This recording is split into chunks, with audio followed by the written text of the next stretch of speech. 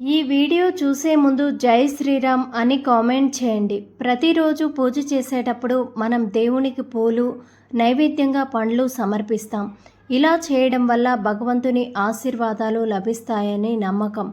అరటిపండు, నారింజ పండ్లు, చక్కెర లాంటివి దేవునికి నైవేద్యంగా పెడతారు. నైవేద్యం అంటే మనస, వాచ, కర్మణ మన శక్తి కొద్దీ భక్తిపూర్వకంగా దేవుడికి సమర్పించేది. మరి ఏ దేవుడికి ఏ నైవేద్యాలు పెడితే ఎటువంటి ఫలితాలు కలుగుతాయో ఇప్పుడు మనం ఈ వీడియోలో తెలుసుకుందాం. వీడియోని ఎక్కడా కూడా స్కిప్ చేయకుండా చివరి వరకు చూడండి. లక్ష్మీదేవికి క్షీరాన్నము, తీపి పండ్లు నైవేద్యంగా పెట్టి తామర పూలతో పూజిస్తే లక్ష్మీ కటాక్షం కలుగుతుంది. అలాగే అష్టైశ్వర్యాలను, ఆరోగ్యాన్ని ప్రసాదించే లక్ష్మీదేవికి వరి ధాన్యంతో చేసిన పదార్థాలను నైవేద్యంగా పెడితే లక్ష్మీదేవి అనుగ్రహం మన కుటుంబంపై ఎల్లప్పుడూ ఉంటుంది. శివుడికి కొబ్బరికాయ, అరటిపండ్లు నైవేద్యంగా పెట్టి మారేడు దళములతో అర్చన చేస్తే శివుడి అనుగ్రహం మీ కుటుంబంపై ఎల్లప్పుడూ ఉంటుంది.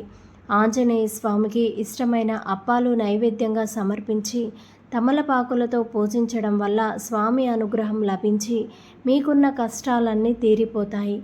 వినాయకుడికి ఉండ్రాళ్ళు, కుడుములు అంటే చాలా ఇష్టం. కాబట్టి వినాయకుడికి కుడుములు నైవేద్యంగా పెడితే మీ జీవితంలోని కష్టాలు తీరిపోతాయి.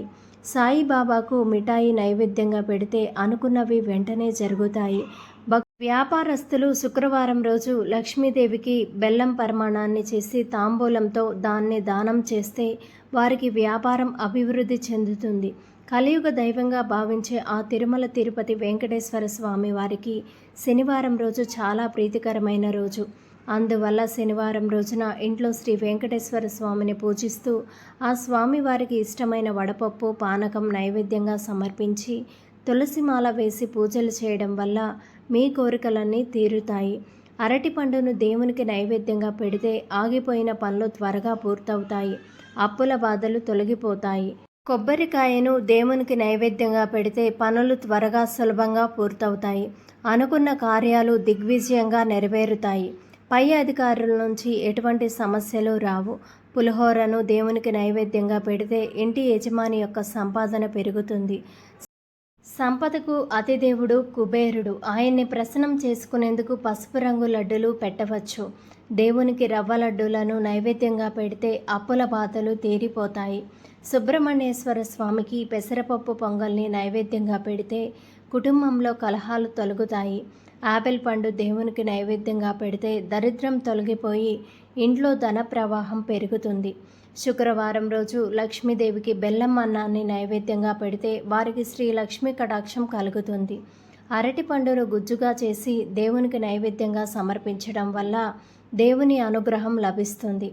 కమలా పండ్లు దేవుడికి నైవేద్యంగా సమర్పిస్తే చాలా కాలంగా పెండింగ్లో ఉన్న పనులు నెరవేరుతాయి. నమ్మకమైన వ్యక్తులు ముందుకొచ్చి సహాయపడతారు. అన్నింటా కూడా విజయం సాధిస్తారు. శ్రీకృష్ణుడికి అటుకులతో కూడిన తీపి పదార్థాలు, వెన్న నైవేద్యంగా పెట్టి తులసి దళాలతో పూజిస్తే మీ కష్టాలు తీరుతాయి. సపోటా పండును దేవుడికి నైవేద్యంగా పెడితే వివాహాది శుభకార్యాల విషయంలో ఎదురయ్యే ఆటంకాలు పూర్తిగా తొలగిపోతాయి. వివాహ సంబంధాలు ఖాయమవుతాయి. వివాహం కాని వారికి తొందరగా వివాహం నిశ్చయం అవుతుంది. దేవుడికి నేరేడు పండును నైవేద్యంగా సమర్పిస్తే నిరుత్సాహం దూరం అవుతాయి. శనీశ్వరుడికి నేరేడు ప్రసాదంగా పెడితే అనారోగ్య సమస్యలు దరిచేరవు. విష్ణువు అలాగే శివుడికి నేరేడు పండ్లు నైవేద్యంగా పెడితే మీరు చేపట్టిన పనుల్లో విజయం సాధిస్తారు. ద్రాక్ష పండ్లు దేవుడికి ప్రసాదంగా పెడితే ఆనందం, సంతోషం లభిస్తాయి. నేతి అన్నాన్ని శివుడికి నైవేద్యంగా పెడితే వారికి మృత్యుదోషాలన్నీ కూడా తొలగిపోతాయి.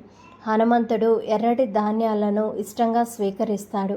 ఎర్రటి కందిబేడలను నీటిలో తడిపి వాటిని బెల్లంతో కలిపి స్వామివారి ముందు నైవేద్యంగా పెట్టి పూజ చేస్తే మన కోరికలు తప్పకుండా నెరవేరుతాయి. ద్రాక్ష పండ్లను భగవంతుడికి నైవేద్యంగా పెట్టి వాటిని చిన్నపిల్లలకు, పెద్దలకు పంచితే కుటుంబం మొత్తం సుఖ సంతోషాలతో ఉంటారు. అమ్మవారికి జామ పండును నైవేద్యంగా పెడితే వ్యాధుల నుంచి ఉపశమనం పొందుతారు. అదేవిధంగా దాంపత్యంలో వచ్చే కలహాలు తొలగిపోతాయి. సంఘంలో మంచి పలుకుబడి ఉంటుంది. గణపతికి పంచామృతాభిషేకం చేసి జామ పండ్లను నైవేద్యంగా పెడితే వ్యాపారాలు చాలా లాభసాటిగా సాగిపోతాయి. లక్ష్మీనారాయణ స్వామికి పెసరపప్పు పొంగల్ని నైవేద్యంగా పెట్టి పూజ చేస్తే మీ సంపద పెరుగుతుంది. సరస్వతీదేవికి పొంగల్ని నైవేద్యంగా చేసి పిల్లలకు పెట్టిన వారు తింటే విద్యాభ్యాసంలో ఎలాంటి సమస్యలు లేకుండా ఉంటాయి. మంచి జ్ఞాపక శక్తి లభిస్తుంది. పనస పండును దేవుడికి నైవేద్యంగా పెడితే శత్రునాశనం అవుతుందని, రోగ విముక్తి కలిగి సుఖంగా జీవిస్తారని చెబుతారు. శనీశ్వరుడికి నేరేడు పండును నైవేద్యంగా పెట్టి ఆ ప్రసాదాన్ని కుటుంబం మొత్తం తప్పనిసరిగా తినాలి. ఇలా చేయడం ద్వారా ఇంట్లో ఉన్న దరిద్రం పోయి అదృష్టం కలిసి వస్తుంది. పరమేశ్వరుడు అభిషేక ప్రియుడు అని అందరికీ తెలుసు. పాలు, పెరుగు, నెయ్యి, తేనె, పంచదార అనే పంచామృతాలతో శివుడికి అభిషేకం చేస్తే శివుని అనుగ్రహం ఎల్లప్పుడూ మీ కుటుంబంపై ఉంటుంది. గురువారం ఉదయాన్నే తలస్నానం చేసి తులసిమాతకు పచ్చిపాలతో నైవేద్యం సమర్పించాలి. దీనివల్ల విష్ణుమూర్తి సంతోషిస్తాడు. అలాగే లక్ష్మీదేవి కటాక్షం ఎప్పుడూ ఉంటుందని పండితులు చెబుతుంటారు. పూజా సమయంలో పెట్టే నైవేద్యాలలో ఒక దేవుడికి పూజించడానికి పెట్టిన నైవేద్యాన్ని మరొక పూజలో నైవేద్యంగా ఉపయోగించకూడదు. అంతేకాదు, నైవేద్యాన్ని శుచి శుభ్రతతో తయారు చేసినవి, ఎలాంటి ఎంగిలి లేనివి పెట్టాల్సిన అవసరం ఉందని చెప్తారు. ధన్యవాదములు. ఈ వీడియోని లైక్ చేసి మా ఛానల్ని సబ్స్క్రైబ్ చేసుకొని సపోర్ట్ చేయండి.